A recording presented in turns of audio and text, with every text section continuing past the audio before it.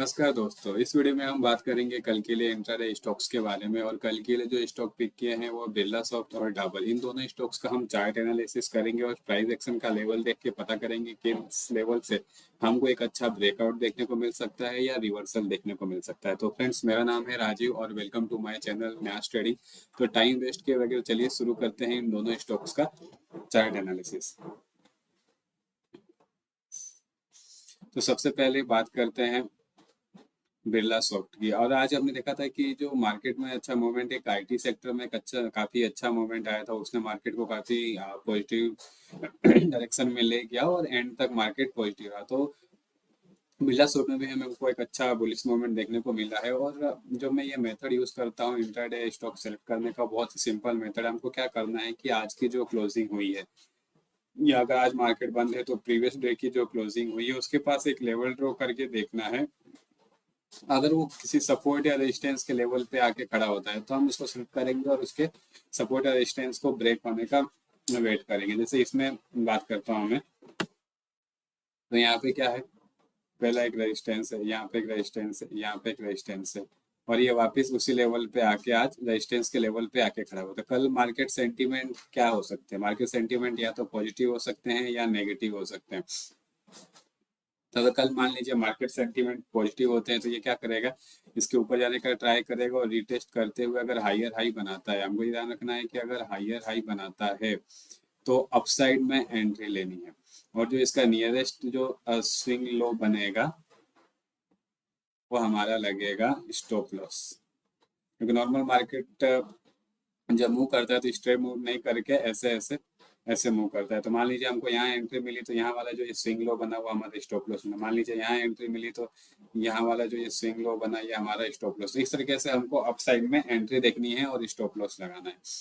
और दूसरी बात ये भी हो सकती है कि कल मार्केट यहाँ से रिवर्सल ले, जो अपना ये रेजिस्टेंस का लेवल है उसको रिस्पेक्ट करे और यहाँ से वापस आने का कोशिश करे। तो क्या करना है, मार्केट अगर यहाँ से वापस आने का इसको रिटेस्ट करेगा और नीचे आता है, लोअर लो बनाएगा। ध्यान रखने का, अगर डाउन साइड में एंट्री लेनी हो तो हमको लोअर लो के बनने का वेट करना है।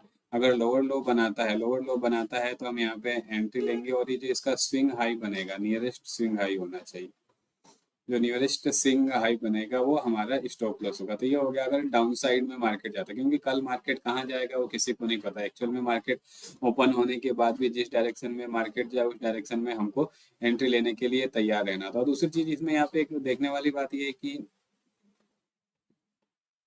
यहाँ पर जो एक अच्छा खासा एक सपोर्ट का लेवल है, तो यहाँ से इसने काफी अच्छा बाउंस किया है, यहाँ पे वापस उसी लेवल पे आके बाउंस किया। और यहाँ पे भी एक छोटा सा जो इसने सपोर्ट का लेवल बनाया था, ये वाला लेवल, यहाँ पे भी इसने अपने आप को होल्ड किया है। यहाँ पे देखेंगे ये वाला जो लेवल है ये सपोर्ट के लेवल पे बाउंस किया। तो काफी एक अच्छा एक स्ट्रॉन्ग इसमें स्ट्रक्चर बन रहा है। और ये जो पैटर्न बना हुआ है शॉर्ट टाइम पे, एक राउंडिंग बॉटम पैटर्न बना हुआ है जो एक बुलिश पैटर्न भी होता है। जो पैटर्न बना है यहाँ पे वो है राउंडिंग बॉटम, जो कि एक बुलिश पैटर्न है। राउंडिंग बॉटम क्योंकि ये जो ऐसे राउंड करता हुआ एक बॉटम बना हुआ है, तो ये राउंडिंग बॉटम पैटर्न है जो एक बुलिश पैटर्न होता है। इस तरीके से यहाँ पे हमको बहुत सारी चीजें दिख रही है जिसके बेस पे हम जस्ट गेस कर सकते हैं कि मार्केट कल पॉजिटिव हो सकता है। अगर पॉजिटिव हुआ तो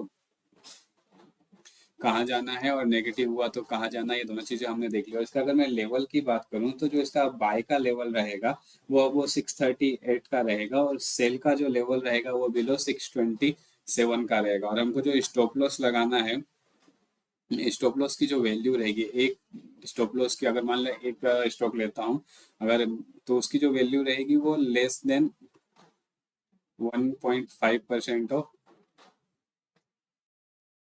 टोटल वैल्यू। 1.5 ले सकते हो या 2 ले सकते हो, मतलब 2% से ज्यादा की वैल्यू का स्टॉप लॉस नहीं होना चाहिए। मान लीजिए ये 629 का है तो 1% इसका 6 रुपीज, 1% इसका 6 रुपीज होता है, तो मैक्सिमम 12 रुपीज का एक स्टॉप लॉस पॉइंट होना चाहिए हमारा। अगर अब मान लीजिए मैं ये मार्केट में अगर मेरे को यहाँ एंट्री मिलती है और यहाँ से और यहाँ का डिफरेंस, यहाँ पर अगर स्टॉप लॉस लगता है यहाँ से यहाँ का डिफरेंस 12 रुपीज से ज्यादा किसी भी हाल में नहीं होना चाहिए। उसके मल्टीप्लाई में हमको स्टॉक लेने 10 स्टॉक, 20 स्टॉक, 30 स्टॉक, जो हमारे रिस्क लिमिट के अंदर आ रहा है। और ये रिस्क लिमिट क्या होती है? रिस्क लिमिट है हमारी डेली रिस्क लिमिट।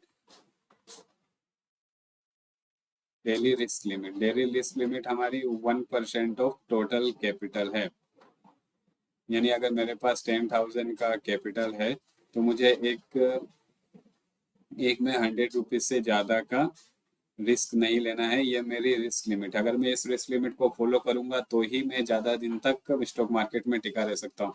तो अब मान लीजिए कि आपका 12 रुपीज़ का एक स्टॉप लॉस आया और आपकी डेली की लिमिट 100 रुपीज़ है, तो कितने स्टॉक लेना है? तो नंबर ऑफ स्टॉक निकालने के लिए क्या करेंगे, ये 100 में 12 को डिवाइड कर देंगे, तो जो वैल्यू आएगी वो हमारी नंबर ऑफ स्टॉक आ जाएगी। तो ये कितनी आ रही है? अगर मैं 100 में 12 को डिवाइड करता हूँ तो लगभग 8 आता है।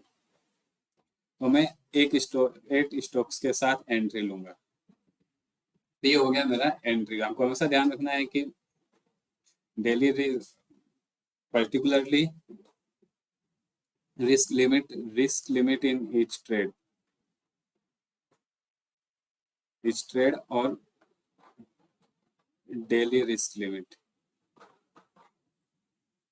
इन दोनों को मिला के हम नंबर ऑफ स्टॉक डिफाइन करेंगे और उसके हिसाब से हम एंट्री लेंगे। और जो हमें को टारगेट रखना है, टारगेट मुझे मिनिमम 1:1 का रिस्क रिवॉर्ड रेशियो रखना है।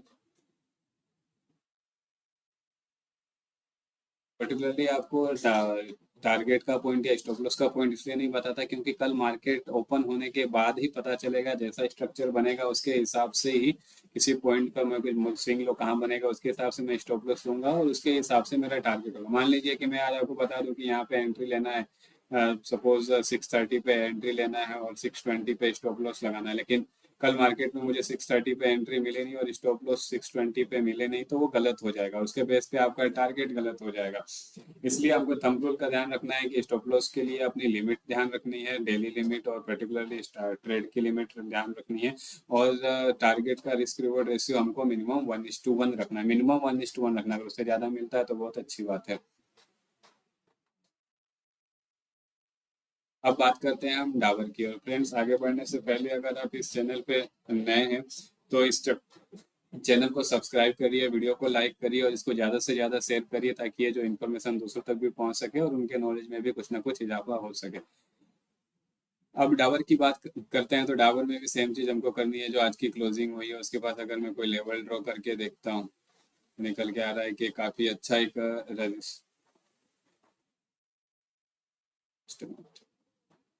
निकल के आ रहा है कि काफ़ी अच्छा एक रेजिस्टेंस का लेवल है। ये देखिए पूरा एक लेवल रेजिस्टेंस है और वापस से आके यहाँ पे एक पैटर्न बनाते हुए वापस यहाँ पे इसने रेजिस्टेंस लिया। और दूसरी बात देखी जाए तो अगर